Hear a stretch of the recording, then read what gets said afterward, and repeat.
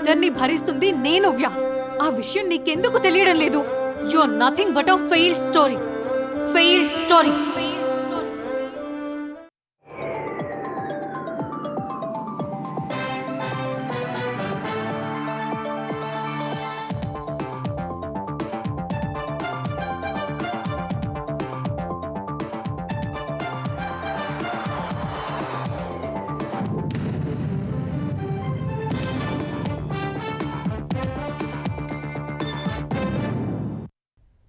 నమస్కారం. ఈటీవీ న్యూస్ కి స్వాగతం. ఈనాటి ముఖ్యాంశాలు.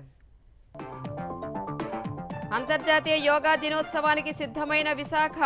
ఆర్కే బీచ్ నుంచి భీమిలి వరకు సర్వాంగ సుందరంగా తీర్చిదిద్దిన అధికారులు.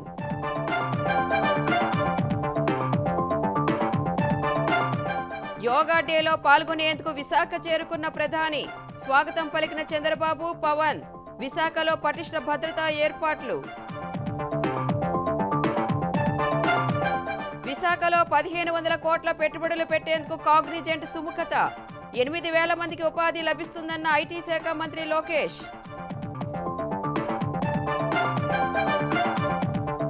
రప్పారప్పా వ్యాఖ్యలను జగన్ సమర్థించడంపై కూటమి నేతల మండిపాటు. సినిమా డైలాగ్స్ హాలు వరకే బాగుంటాయన్న పవన్.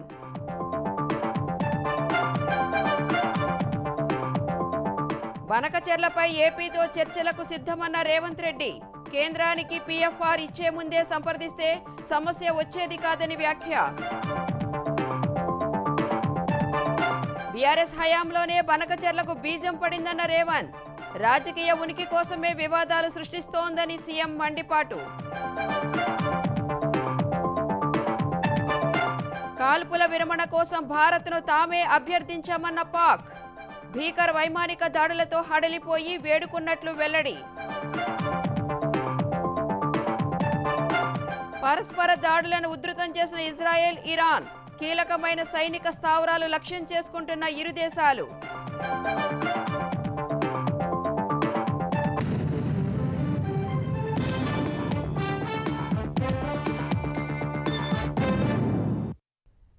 అంతర్జాతీయ యోగా దినోత్సవానికి విశాఖ నగరం సర్వసన్నద్ధమైంది. ఆర్కే బీచ్ నుంచి భీమిలి బీచ్ వరకు అధికారులు నగరాన్ని సర్వాంగ సుందరంగా తీర్చిదిద్దారు. కార్యక్రమానికి వచ్చేవారిని ఆకట్టుకునేలా బీచ్లో అద్భుత కళాఖండాలు ఏర్పాటు చేశారు. విశాఖ నగర వ్యాప్తంగా ప్రధాని నరేంద్ర మోదీకి స్వాగతం పలుకుతూ బ్యానర్లు కట్టారు. కార్యక్రమానికి తరలి వచ్చే ప్రజల కోసం 3200 ఆర్టీసీ బస్సులు, 4100 ప్రైవేటు బస్సులు ఏర్పాటు చేశారు. అంతర్జాతీయ యోగా దినోత్సవానికి విశాఖ నగరం సిద్ధమైంది. ప్రపంచం విశాఖ వైపు చూసేలా yoga for one earth one health ఇతివృత్తంతో ఏపీ ప్రభుత్వం యోగా డే నిర్వహిస్తోంది. సుమారు 5 లక్షల మంది యోగాసనాలు వేసేలా పగడ్బందీ ఏర్పాట్లు చేశారు. పెద్ద ఎత్తున జనం తరలి రావడం సహా ప్రధాని నరేంద్ర మోదీ ముఖ్య అతిథిగా హాజరవుతోన్న ఈ కార్యక్రమంలో ఎలాంటి పొరపాట్లు జరగకుండా ప్రణాళికాబద్ధంగా అధికార యంత్రాంగం ఏర్పాట్లు చేసింది. శనివారం ఉదయం ఆర్కే బీచ్ వద్ద 15,000 మందితో యోగాసనాల కార్యక్రమంలో ప్రధాని పాల్గొనే ప్రధాన వేదిక సిద్ధం చేశారు. కాళీమాత విగ్రహం నుంచి భీమిలి వరకు సుమారు 23 కిలోమీటర్ల మేర 3.5 లక్షల మంది యోగాసనాలు వేసేలా దారి పొడవునా గ్రీన్ మ్యాట్ పరిచారు. వర్షం పడినా యోగాకు ఇబ్బంది లేకుండా ఆంధ్ర వర్సిటీ ప్రాంగణంలో జర్మన్ టెంట్ల కింద 15,000 మంది యోగా చేసేలా ప్రత్యామ్నాయ ఏర్పాట్లు చేశారు. జిల్లాల నుంచి వచ్చేవారు శుక్రవారం అర్ధరాత్రి నుంచే విశాఖ చేరుకుంటారు. శనివారం ఉదయం 5 గంటలకు వారికి కేటాయించిన గ్యాలరీలోకి చేరుకోవాలని అధికారులు సూచించారు. ఒక్కో గ్యాలరీలో 1000 మంది చొప్పున 376 కంపార్ట్మెంట్లు ఏర్పాటు చేశారు. ప్రజలు గందరగోళానికి గురికాకుండా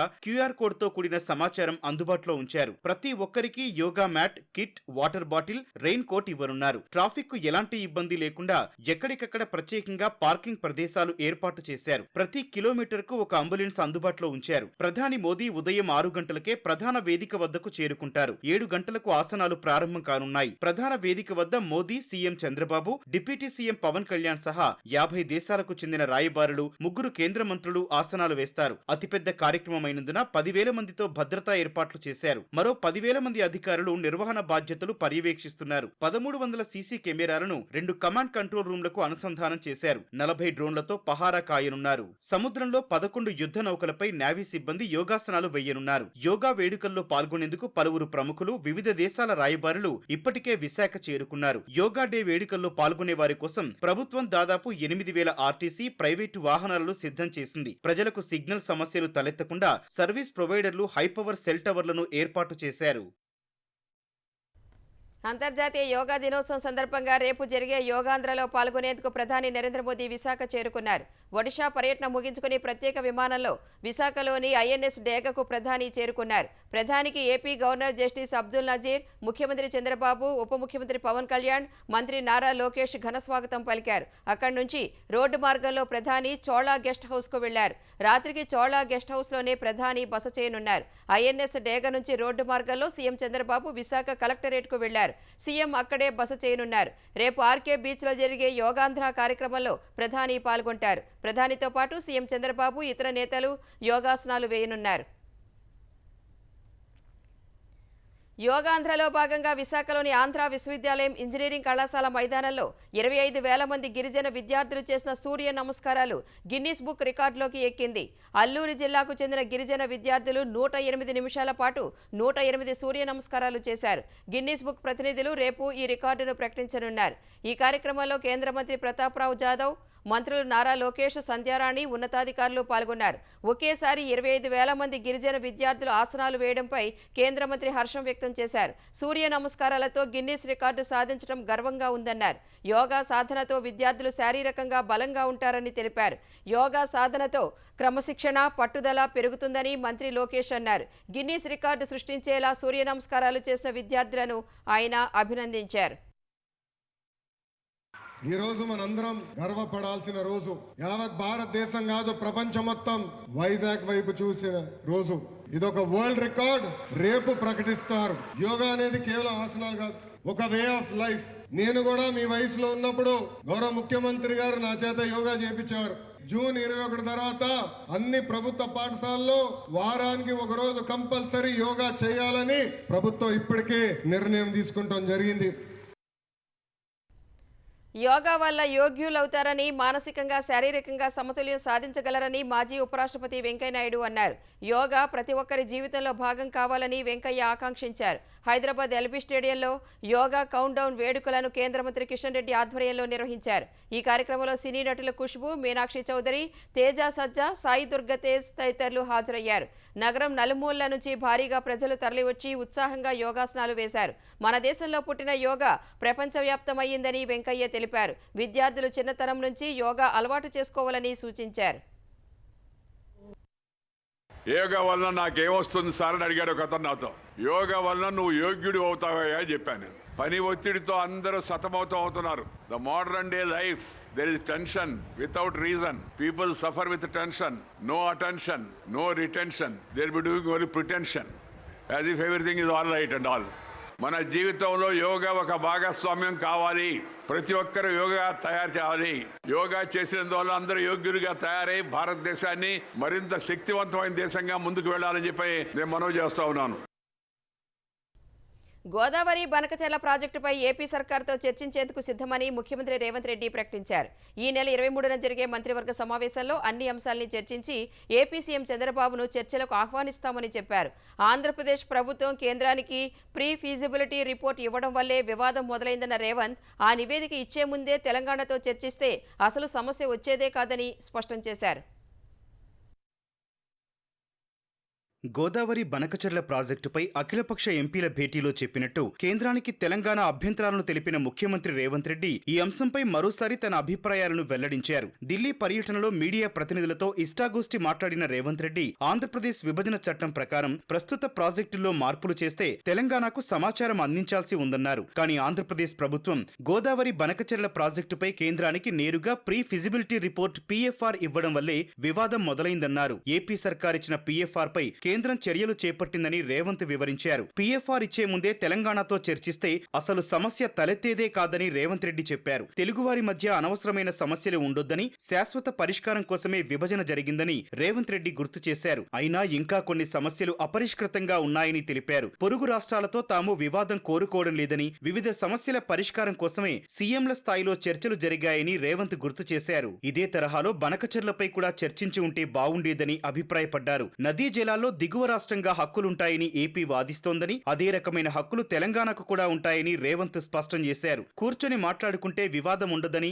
రెండు రాష్ట్రాల మధ్య జల వివాదాలకు చర్చలే పరిష్కారమని అభిప్రాయపడ్డారు. బనకచెర్లపై కూడా ఏపీ సీఎం చంద్రబాబుతో చర్చలకు సిద్ధమని స్పష్టం చేశారు. ఇందుకు తామే ఓ అడుగు ముందుకు వేసి ఆంధ్రప్రదేశ్ ప్రభుత్వాన్ని చర్చలకు పిలుస్తామని చెప్పారు. ఈ నెల 23న జరిగే మంత్రివర్గ సమావేశంలో అన్ని అంశాలు చర్చిస్తామని తెలిపిన సీఎం అందులోనే ఎలా ముందుకెళ్లాలనే అంశంపై నిర్ణయం తీసుకుంటామని చెప్పారు. ఏపీతో ప్రాజెక్టుల వారి సమస్యలపై ఒకరోజు కాదు 4 రోజులైనా చర్చలు జరిపేందుకు సిద్ధమని రేవంత్ రెడ్డి చెప్పారు. న్యాయ సాంకేతిక అంశాలను పరిశీలిద్దామని సూచించారు. అసలు బీఆర్ఎస్ హయాంలోనే బనకచెర్లకు బీజం పడిందని రేవంత్ రెడ్డి పునరుద్ఘాటించారు. హరీష్ రావు నీటిపారుదల శాఖ మంత్రిగా ఉన్నప్పుడే ఇది జరిగిందని వ్యాఖ్యానించారు. ఇప్పుడు రాజకీయంగా చనిపోయిన బీఆర్ఎస్ పునర్జీవం కోసం గోదావరి నీటిని వివాదం చేయాలని చూస్తోందని సీఎం విమర్శించారు. కాంగ్రెస్ ఎన్నికల హామీ సన్నవడ్లకు బోనస్ కూడా బోగస్ అయిందని మాజీ మంత్రి హరీష్ రావు విమర్శించారు. యాసంగిలో సన్నాల కొనుగోలు పూర్తయినా 1161 కోట్లు బోనస్ ఇంకా విడుదల చేయకపోవడం దుర్మార్గమని మండిపడ్డారు. 4 లక్షల మంది రైతుల నుంచి 23 లక్షల టన్నులకు పైగా సన్నాలు సేకరించిన ప్రభుత్వం ఇప్పటి వరకు ₹1 కూడా బోనస్ చెల్లించలేదని ఆక్షేపించారు. ఇక పొద్దుతిరుగుడు రైతుల పరిస్థితి మరీ దారుణంగా ఉందని, కొనుగోలు పూర్తయి 75 రోజులు దాటినా రైతుల ఖాతాల్లో డబ్బులు జమ కాకపోవడం కాంగ్రెస్ ప్రభుత్వం నిర్లక్ష్య వైఖరికి అద్దం పడుతోందని విమర్శించారు. పంట కొనుగోలు చేసిన 48 గంటల్లోనే డబ్బులు వేస్తామని ప్రగల్భాలు పలికి ఇప్పుడు 2.5 నెలలు దాటినా వేయడం లేదని మండిపడ్డారు. సన్నవడ్లపై బోనస్ 1116 కోట్లు, పొద్దుతిరుగుడు రైతులకు పంట కొనుగోలు డబ్బులను విడుదల చేయాలని ఆయన ప్రభుత్వాన్ని డిమాండ్ చేశారు. కాంగ్రెస్ బీఆర్ఎస్ ప్రభుత్వాల వల్లే తెలంగాణ అప్పుల పాలైందని బీజేపీ తెలంగాణ అధ్యక్షుడు కిషన్ రెడ్డి ఆరోపించారు. తెలంగాణకు అప్పు పుట్టే పరిస్థితి లేదని కిషన్ రెడ్డి ఆవేదన వ్యక్తం చేశారు. ప్రజల మద్దతు కూడగట్టి బీజేపీ ప్రత్యామ్నాయ శక్తిగా ఎదగాలని పిలుపునిచ్చారు. స్థానిక సంస్థల ఎన్నికలపై హైదరాబాద్లోని బీజేపీ కార్యాలయంలో కిషన్ రెడ్డి అధ్యక్షతన ముఖ్య నేతలతో కార్యశాల నిర్వహించారు. ఈ సమావేశానికి తెలంగాణ ఇన్ఛార్జీలు అభయ్ పాటిల్, సునీల్ బన్సల్ ముఖ్య అతిథులుగా హాజరయ్యారు. తెలంగాణలో కాంగ్రెస్ ప్రభుత్వ ప్రజా వ్యతిరేక విధానాలపై ప్రజలను చైతన్యవంతం చేయాలని కిషన్ రెడ్డి సూచించారు. ఈ నెల 27న ఎమర్జెన్సీపై అన్ని జిల్లాల్లో సదస్సులు నిర్వహించాలని కిషన్ రెడ్డి దిశానిర్దేశం చేశారు. జాతీయ రహదారుల విషయంలో కావచ్చు, రైల్వేల విషయంలో కావచ్చు, హెల్త్ విషయంలో కావచ్చు, ఎడ్యుకేషన్ విషయంలో కావచ్చు, ఈరోజు నరేంద్ర మోడీ గారి ప్రభుత్వము చిత్తశుద్ధితో తెలంగాణ అభివృద్ధి కోసం పనిచేస్తాం. ఈ యొక్క తెలంగాణ రాష్ట్రంలో నరేంద్ర మోడీ గారి ప్రభుత్వం చేపడుతున్నటువంటి అనేక కార్యక్రమాలను ప్రజల మధ్యకు తీసుకెళ్లాలి. ఈరోజు పేదవాడికి ఇస్తున్నటువంటి 5 కేజీల బియ్యం కావచ్చు, గ్రామ పంచాయతీలకు ఆర్థిక సహకారం కావచ్చు, రైతు కూలీలకు మనరేగా ఉపాధి కార్యక్రమాలు కావచ్చు, ఈ రకంగా తెలంగాణ రాష్ట్రంలో ఏకకాలంలో 40 రైల్వే స్టేషన్లు అభివృద్ధి చేసినటువంటి ముఖమాన్ని అడుగుతా ఉన్నాను. కాబట్టి ఈ విషయంలో మనము విశ్వాసంతో ముందుకెళ్ళాలి. భారత్ పాక్ మధ్య ఉద్రిక్తతలు తగ్గించడానికి తాను ఎలాంటి మధ్యవర్తిత్వం చేయలేదని అమెరికా అధ్యక్షుడు డొనాల్డ్ ట్రంప్ చెప్పిన మరుసటి రోజే పాకిస్తాన్ కూడా వాస్తవాన్ని అంగీకరించింది. భారత్లో కాల్పుల విరమణ కోసం తామే అభ్యర్థించినట్టు స్పష్టం చేసింది. రావల్పిండి, పంజాబ్ ప్రావిన్స్లోని కీలక వైమానిక కేంద్రాలపై భారత సైన్యం వైమానిక దాడులు జరిపిన తర్వాత తమపై దాడులు ఆపాలని భారత్ను కోరిన మాట వాస్తవమేనని పాక్ ఉప ప్రధాని ఇషాక్ దార్ తెలిపారు. ఈ మేరకు ఓ ఇంటర్వ్యూలో చెప్పిన ఇషాక్ దార్ ఆ సమయంలో భారత్ తమ ప్రధాన వైమానిక స్థావరాలు నూర్ఖాన్, షోర్కోట్ల ఎయిర్ బేస్ పై దాడులు చేసినట్లు వెల్లడించారు. దానికి అతి చేరువలో పాక్ న్యూక్లియర్ కమాండ్ కంట్రోల్ ఉందన్న ఆయన దాడుల తీవ్రతకు హడలిపోయి చివరికి భారత్తో కాళ్లబేరం చేసినట్లు చెప్పారు. భారత్ వైమానిక దాడులతో తమ దేశానికి భారీ నష్టం వాటిల్లే ప్రమాదం ఉన్నందున జోక్యం చేసుకోవాలని అమెరికాను కోరినట్లు ఇషాక్ దార్ తెలిపారు. సౌదీ యువరాజు ఫైజల్ ఫోన్ కాల్ ద్వారా భారత విదేశాంగ మంత్రి జయశంకర్తో సంప్రదింపులు జరిపినట్లు చెప్పారు. జయశంకర్తో మాట్లాడిన ఫైజల్ భారత్ కాల్పుల విరమణకు సానుకూలంగా ఉందని చెప్పినందునే తాము కాల్పుల విరమణ కోసం భారత్ను అభ్యర్థించామని ఇషాక్ దార్ చెప్పారు. విశాఖలో 1582 కోట్ల పెట్టుబడితో ఐటీ క్యాంపస్ ఏర్పాటుకు కాగ్నిజెంట్ టెక్ సొల్యూషన్స్ సంస్థ ముందుకొచ్చింది. ఈ ఐటీ క్యాంపస్ ఏర్పాటుతో 8,000 మందికి ఉద్యోగాలు లభిస్తాయని తెలిపిన ఆంధ్రప్రదేశ్ ఐటీ శాఖ మంత్రి నారా లోకేష్ ఈ సంస్థకు అవసరమైన భూమి కేటాయించాలని నిర్ణయించినట్టు తెలిపారు. Visakha metropolitan region development authority VMRDA కింద కాపులొప్పాడ వద్ద 21.31 ఎకరాల భూమిని కాగ్నిజెంట్ కోరినట్టు వివరించారు. ఐటీ పెట్టుబడుల అభివృద్ధి కేంద్రం వైజాగ్కు కాగ్నిజెంట్ రావడం గొప్ప మైలురాయిగా లోకేష్ అభివర్ణించారు. విశాఖలో కాగ్నిజెంట్ సంస్థ మార్చి 2029 నాటికి కార్యకలాపాలు ప్రారంభించనుంది. పల్నాడు జిల్లా రెంటపాళ్ల పర్యటనలో వైసీపీ కార్యకర్తలు వివాదాస్పద ప్లకార్డులు ప్రదర్శించడాన్ని సమర్థించుకున్న మాజీ సీఎం జగన్పై పవన్ కళ్యాణ్ మండిపడ్డారు. సినీ డైలాగ్స్ సినిమా హాల్ వరకే బాగుంటాయని వాటిని ఆచరణలో పెడతాం, ఆ డైలాగ్స్కు అనుగుణంగా ప్రవర్తిస్తామంటే ప్రజాస్వామ్యంలో సాధ్యం కాదని పవన్ తేల్చి చెప్పారు. ఎవరైనా చట్టం నియమ నిబంధనలను పాటించాల్సిందేనని అన్నారు. ఇందుకు భిన్నంగా ప్రజల్లో భయాందోళనలు రేకెత్తించే విధంగా వ్యవహరిస్తామంటే ఎలా కుదురుతుందని ప్రశ్నించారు. ఇలాంటి అసాంఘిక శక్తులపై కఠినంగా వ్యవహరించాలని పోలీసులకు ప్రభుత్వం ఇప్పటికే దిశానిర్దేశం చేసినట్టు తెలిపారు. కూటమి ప్రభుత్వం ఎట్టి పరిస్థితుల్లో శాంతి భద్రతలకు విఘాతం కలిగించే వారిని ఉపేక్షించదన్నారు. అశాంతిని అభద్రతను కలిగించే వారికి మద్దతుగా అప్రజాస్వామిక ధోరణిలో మాట్లాడుతున్న వారి పట్ల ప్రజలు అప్రమత్తంగా ఉండాలని పవన్ సూచించారు. వైసీపీ అధ్యక్షుడు జగన్ తనను ఓడించిన ప్రజలపై విద్వేషం పెంచుకున్నారని, రౌడీ మూకలతో వారిపై దాడులు చేయడానికి కుట్రలు చేస్తున్నారని కూటమి నేతలు ధ్వజమెత్తారు. హింసను ప్రేరేపించడమే జగన్ ఉద్దేశమని, క్రిమినల్ మనస్తత్వం గల వ్యక్తులు ఇంతకంటే గొప్పగా ఆలోచించలేరని టీడీపీ ఎమ్మెల్యే ధూళిపాళ్ల నరేంద్ర ఆరోపించారు. జగన్ చేష్టలు మితిమీరుతున్నాయని, రాజకీయాలకు ఆయన అనర్హుడని బీజేపీ ఏపీ అధికార ప్రతినిధి భానుప్రకాష్ రెడ్డి వ్యాఖ్యానించారు. వైసీపీ నాయకులు రెచ్చిపోయేంత మంచితనం ప్రభుత్వానికి అవసరం లేదని అనకాపల్లి ఎంపీ సీఎం రమేష్ అన్నారు. ప్రజలు ఇచ్చిన తీర్పుతో మతి భ్రమించి ప్యాలెస్లో టీవీలు పగలగొట్టుకుంటూ జగన్ పిచ్చి పిచ్చిగా మాట్లాడుతున్నారని ఎమ్మెల్యే గోరంట్ల బుచ్చయ్య మండిపడ్డారు. నీ గ్యాంగులు, నీ ముఠాదారులు, నీ గంజాయి బ్యాట్లు, రౌడీ మోకలు చేసే అన్ని కూడా ప్రభుత్వం మీద నెట్టడానికి ప్రయత్నం చేస్తావు. ఇవాళ అర్జెంటుగా అధికారంలోకి రావడం కోసం నీ రౌడీ మోకలు ఎంటేసుకొని కార్యక్రమాలు చేస్తున్నావు. నీ ఆటలు సాగనీయం. ఇక ఇదే విధానం కొనసాగితే రాబోయే రోజుల్లో నిన్ను ఎక్కడ కట్టడి చేయాలో, ఎలా చేయాలో మాకు తెలుసు. నిన్నేమంటావు నువ్వు? గంగమ్మ జాతరలో పొట్టేళ్ళు తల నరికినట్టు నరుకుతాం అని చెబితే అది తప్పే ఉందని అంటున్నావు. నేను అంటున్నా, నీ తల నరకొచ్చు కదా. ప్రజాస్వామ్యానికి విఘాతం కలిగిస్తూ అక్రమ విధానాలు తప్పుడు ప్రోత్సాహం చేస్తూ నక్సలైట్లుగా మార్పని చెబుతున్నా నీకు జీవించే హక్కు ఉందా అని ప్రశ్నిస్తా ఉన్నాం. నీ విధానమే మేము కూడా అవలంబిస్తే తప్పేంటని అడుగుతా ఉన్నా. సూటిగా ప్రశ్నిస్తా ఉన్నా. జగన్మోహన్ రెడ్డి ఖబర్దార్, జాగ్రత్త. రప్పా రప్పా నరుకుతామంటూ వైసీపీ శ్రేణులు ప్రదర్శించిన పోస్టర్లను జగన్ సమర్థించడం దారుణమని ఆంధ్రప్రదేశ్ పీసీసీ అధ్యక్షురాలు షర్మిల అన్నారు. ఒక పార్టీ అధ్యక్షుడిగా ఉండి సమాజానికి ఏం చెప్పదలుచుకున్నారని ప్రశ్నించారు. రెచ్చగొట్టే హింసాత్మక వ్యాఖ్యలు సరికాదని షర్మిల హితవు పలికారు. నరుకుతాం, చంపుతాం, బట్టలు ఊడదీస్తామని అనడమేంటని జగన్పై షర్మిల విరుచుకుపడ్డారు. మేము నరికేస్తాము, మేము చంపేస్తాము, మేము బట్టలు ఉడగిస్తాము, మేము ఎంటబడి కొడతాము, ఇవన్నీ ఒక నాయకుడిగా మాట్లాడాల్సిన మాటలు కావు. కాంగ్రెస్ పార్టీ దీన్ని ఖండిస్తుంది. జగన్మోహన్ రెడ్డి గారికి బీజేపీతో సత్సంబంధాలు ఉన్నాయి. జగన్మోహన్ రెడ్డి గారు ముమ్మాటికి మోడీ గారికి దత్తపుత్రుడే. అందుకే ఆ ఒక్క విషయంలోనే కాదు, ప్రతి విషయంలో కూడా మోడీ గారి సపోర్ట్ ఉంది. కాబట్టే జగన్మోహన్ రెడ్డి గారు ఇంత విచ్చలవిడిగా, ఇంత బహిరంగంగానే ఇన్ని అరాచకాలు చేయగలుగుతున్నారు. కడప నగరపాలక సంస్థ సర్వసభ్య సమావేశం మరోసారి గందరగోళానికి దారితీసింది. సర్వసభ్య భేటీ కోసం అధికారులు సమావేశ మందిరంలో ఏర్పాట్లు చేశారు. మేయర్, కడప, కమలాపురం ఎమ్మెల్యేలు, ఎమ్మెల్సీ భూమిరెడ్డి రామ్గోపాల్ రెడ్డికి కుర్చీలు ఏర్పాటు చేశారు. నిర్దేశిత సమయానికి నగరపాలక సంస్థ కార్యాలయానికి వచ్చిన కడప ఎమ్మెల్యే రెడ్డప్ప గారి మాధవిరెడ్డి తనకు కేటాయించిన కుర్చీలో కూర్చున్నారు.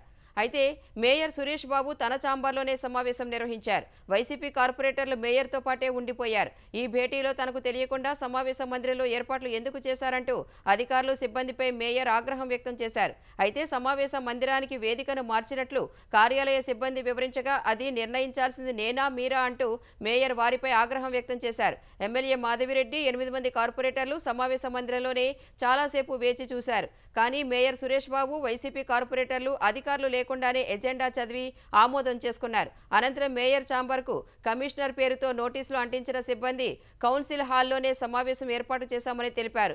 కోరం సభ్యులు లేనందున భేటీని వాయిదా వేసినట్లు తెలిపారు. మాజీ ఎమ్మెల్సీ మంత్రి కొండా సురేఖ భర్త కొండా మురళీ చేసిన వ్యాఖ్యలు వరంగల్ జిల్లా కాంగ్రెస్లో కాకరేపాయి. కాంగ్రెస్ అగ్రనేత రాహుల్ గాంధీ పుట్టినరోజు సందర్భంగా నిన్న వరంగల్ పోచమ్మ మైదానంలో జరిగిన వేడుకల్లో కొండా మురళి ఎమ్మెల్యేలు కడియం శ్రీహరి, రేవూరి ప్రకాష్ రెడ్డిపై పరోక్షంగా విమర్శలు చేశారు. బయటి పార్టీ నుంచి వచ్చిన నేతలు రాజీనామా చేసి గెలవాలన్న మురళి వ్యాఖ్యలపై ఉమ్మడి వరంగల్ జిల్లాలోని కాంగ్రెస్ ఎమ్మెల్యేలు, ఎమ్మెల్సీలు ఇవాళ ప్రత్యేకంగా సమావేశమై చర్చించారు. హన్మకొండలోని ఎమ్మెల్యే నాయిని రాజేందర్ రెడ్డి క్యాంపు కార్యాలయంలో భేటీ అయిన నేతలు కొండా దంపతుల వ్యవహార శైలిని తప్పుపట్టారు. ఈ అంశాన్ని అధిష్టానం దృష్టికి తీసుకువెళ్లారు. టీపీసీసీ అధ్యక్షుడు మహేష్ కుమార్ గౌడ్ కూడా కొండా మురళి వ్యాఖ్యలపై నివేదిక తెప్పించుకున్నట్లు తెలిపారు. కొండమురళి కావచ్చు, కామెంట్స్ చేస్తున్నారు. ఇరువైపుల నుంచి ఫిర్యాదులు వచ్చినాయి. నేను అక్కడ డీసీసీ అధ్యక్షులకి, దాంతోపాటు మేము పంపినటువంటి అబ్జర్వర్స్ కి సూచనలు ఇవ్వడం జరిగింది. కంప్లీట్ రిపోర్ట్ తో రావాలని. 1-2 రోజుల్లో రిపోర్ట్ వచ్చిన తర్వాత దాన్ని స్పందిస్తాం. సికింద్రాబాద్ తిరుమలగిరిలో సైన్యం ఆధీనంలో ఉండే ప్రాంతంలోకి ప్రవేశించిన 2 యువకులు 2 యువతులను తిరుమలగిరి పోలీసులు అరెస్టు చేశారు. తిరుమలగిరిలోని military college of electronics mechanical engineering MCEME college techno Chowk గేట్లోకి నకిలీ వైమానిక దళ అధికారి గుర్తింపు కార్డులు, ఎయిర్ ఫోర్స్ దుస్తుల్లో 4 లోనికి ప్రవేశించారు. అనుమతి లేకుండా ఆర్మీ రహస్య ప్రాంతంలో ఫోటోలు, వీడియోలు చిత్రీకరిస్తుండగా అక్కడే ఉన్న సెక్యూరిటీ అధికారులు వారిని ప్రశ్నించారు. వారు ఇచ్చిన సమాధానాలపై అనుమానం రావడంతో వెంటనే వారిని అదుపులోకి తీసుకున్న ఎయిర్ ఫోర్స్, ఇంటెలిజెన్స్ అధికారులు అన్ని కోణాల్లో విచారించి తిరుమలగిరి పోలీసులకు అప్పగించారు. ఇజ్రాయెల్ ఇరాన్ యుద్ధం 8వ రోజుకు చేరగా యుద్ధ విమానాలతో ఇజ్రాయెల్ విరుచుకుపడుతోంది. ఇరాన్ క్షిపణులతో ధీటుగా బదిలిస్తోంది. ఇజ్రాయెల్ దక్షిణ ప్రాంతాల్లో లక్ష్యంగా ఇరాన్ భీకరంగా విరుచుకుపడింది. బీర్ షెబాలోని ప్రధాన ఆసుపత్రిపై నిన్న దాడులు జరిపిన ఇరాన్ మరోసారి ఆ ప్రాంతాన్ని లక్ష్యంగా చేసుకుంది. గావ్ యామ్ నెగవ్ టెక్ పార్క్ భవనాన్ని ఇరాన్ క్షిపణి పాక్షికంగా ధ్వంసం చేసింది. ఆ ప్రాంతంలోని కార్లు మంటల్లో కాలిపోయాయి. సమీప భవనాల అద్దాలు పగిలిపోయాయి. ఆ ప్రాంతంలో దట్టమైన నల్లని పొగ వ్యాపించే దృశ్యాలు కనిపిస్తున్నాయి. పౌర నివాసాలే లక్ష్యంగా ఇరాన్ దాడులు చేస్తోందని ఇజ్రాయెల్ ఆరోపిస్తుంటే బీర్ షెబాలో ఇజ్రాయెల్ ఇంటెలిజెన్స్ కమాండ్ సెంటర్ ఉందని ఇరాన్ స్పష్టం చేసింది. ఇరాన్ క్షిపణుల దాడులతో ఇజ్రాయెల్ వ్యాప్తంగా సైరన్లు మోగాయి. వందలాది భూగర్భ స్టేషన్లలో వేలాది మంది పౌరులు తలదాచుకున్నారు. ఇరాన్పై ఇజ్రాయెల్ భీకర దాడులు కొనసాగుతున్నాయి. మధ్య టెహ్రాన్ ప్రాంతంలో 60కి పైగా యుద్ధ విమానాలతో ఇజ్రాయెల్ విరుచుకుపడింది. ఈ దాడిలో ఇరాన్ అణు పరిశోధనా సంస్థ ప్రధాన కార్యాలయం ధ్వంసం చేసినట్లు ఐడీఎఫ్ పేర్కొంది. డజన్ల కొద్దీ సైనిక ఆయుధ స్థావరాలను నాశనం చేసినట్లు తెలిపింది. క్షిపణి తయారీ కేంద్రాలు, ముడి ఖనిజాల ప్లాంట్లు, అణు మూలకాలను తయారు చేసే R&D కేంద్రంపై దాడులు నిర్వహించినట్లు ఇజ్రాయెల్ ప్రకటించింది. తమ దేశంపైకి ప్రయోగించేందుకు సిద్ధంగా ఉన్న 3 మిసైల్ లాంచర్లను భూస్థాపితం చేశామని, లాంచింగ్కు సిద్ధం చేసిన మిలిటరీ కమాండర్ సైతం ఆ దాడుల్లో చనిపోయాడని ఇజ్రాయెల్ తెలిపింది.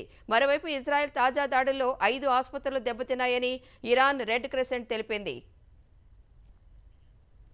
అమెరికా అధ్యక్షుడు డొనాల్డ్ ట్రంప్ ఆహ్వానాన్ని తాను తిరస్కరించినట్లు ప్రధాని నరేంద్ర మోదీ అన్నారు. ఒడిశాలో బీజేపీ ప్రభుత్వం ఏర్పడి ఏడాది పూర్తయిన సందర్భంగా భువనేశ్వర్లో పర్యటించిన ప్రధాని దాదాపు 18,600 కోట్ల రూపాయల విలువైన 105 అభివృద్ధి ప్రాజెక్టులకు శ్రీకారం చుట్టారు. వాటితో పాటు పలు రైళ్లను ప్రారంభించిన మోదీ ఒడిశా విజన్ డాక్యుమెంట్ను ఆవిష్కరించారు. అనంతరం జరిగిన సభలో మాట్లాడిన ప్రధాని G7 సదస్సు కోసం కెనడా వెళ్లినప్పుడు ట్రంప్ ఫోన్ చేశారని, వాషింగ్టన్ మీదుగా వెళ్లాలని సూచించారని చెప్పారు.